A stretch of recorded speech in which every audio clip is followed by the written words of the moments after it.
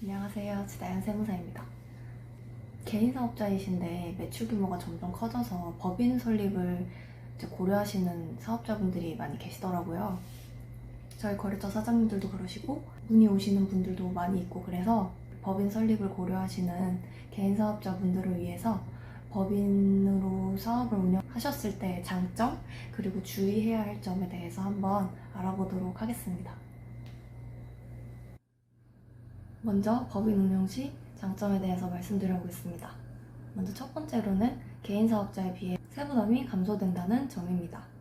개인의 경우 최고 세율이 지금 45%고요. 지방세 포함하면 49.5%의 세율이 부과되고요.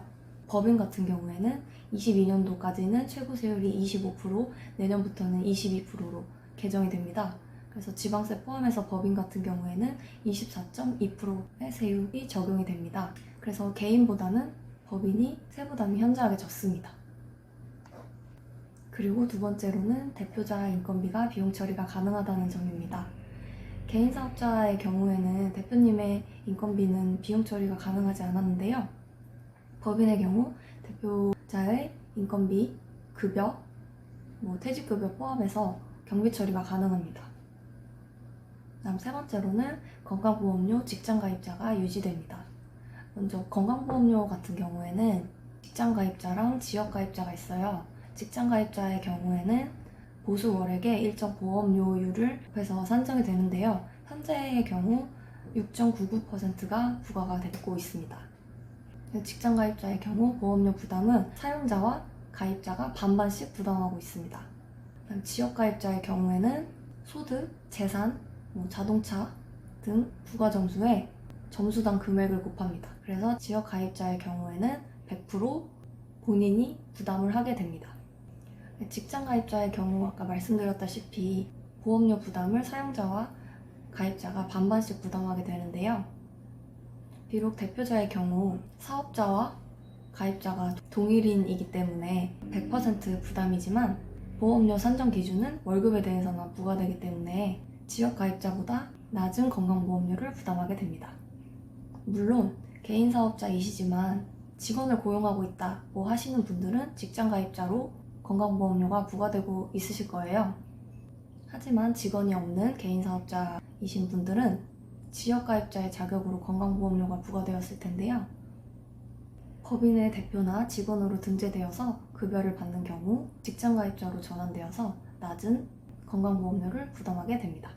다음으로는 법인 운영 시 주의해야 할 점에 대해서 알아보도록 하겠습니다. 물론 개인 사업자도 마찬가지이지만 법인 사업자로 운영을 하게 될 경우에 적격증빙을 반드시 갖추셔야 합니다. 적격증빙이라 함은 세금계산서, 계산서, 그다음에 신용카드 매출점표, 현금영수증을 말합니다. 그래서 법인의 경비처리 내역 중에서 적격증빙을 받아야 하는 경비 합계액과 적격증빙 수취 금액을 비교해서 적격증빙 미수취 금액에 대해서 소명을 요구하는 사례가 굉장히 많이 있습니다. 그러므로 적격증빙은 반드시 갖춰 놓으셔야 합니다. 두 번째로는 사적경비 추징 사례에 대해서 말씀을 드려볼게요. 법인의 업무와 관련이 없이 지출된 금액은 경비로 인정되지 않습니다. 법인카드를 업무와 관련 없이 사적 용도, 예를 들면 백화점, 아울렛, 공항 면세점, 해외여행 경비 등으로 사용하는 경우, 그리고 법인카드를 통해서 상품권을 대량으로 구입하는 경우, 이 경우에는 경비를 부인당할 뿐만이 아니라 대표자 상여 처분으로 처분이 되어서 추가적으로 소득세를 부담하게 됩니다. 예를 들어서 대표이사가 법인카드로 사적경비 1,000만 원을 사용하셨어요. 그렇게 되면 1,000만 원은 손금 불산입되어서 법인의 소득금액이 1,000만 원 늘어나게 되어서 그에 대한 추가 법인세를 납부하셔야 하고요.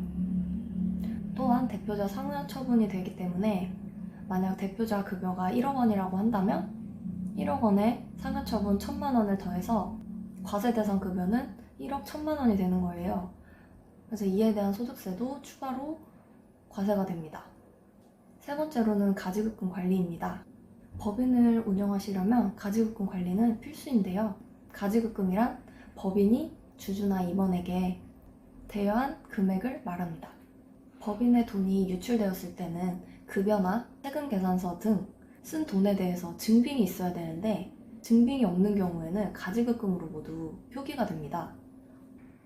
가지급금의 발생 원인으로는 대표자가 개인적으로 법인 자금을 인출하거나 증빙 없이 지출한 접대비 또는 영업 목적상 리베이트로 돈이 나간 경우, 이런 경우에는 사실 회사 입장에서는 영업상으로 썼다고 하지만 증빙을 받을 수 없기 때문에 이게 문제가 됩니다.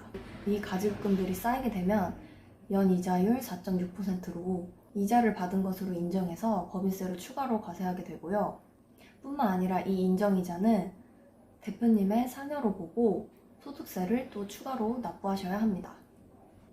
그래서 가지급금이 쌓이게 된다면 세금 문제도 발생할 뿐더러 기업의 자산 규모를 왜곡시키기 때문에 은행에서도 대출 거래를 잘 하지 않으려고 합니다. 따라서 법인을 운영하시려면 가지급금 관리는 필수라고 볼 수 있습니다.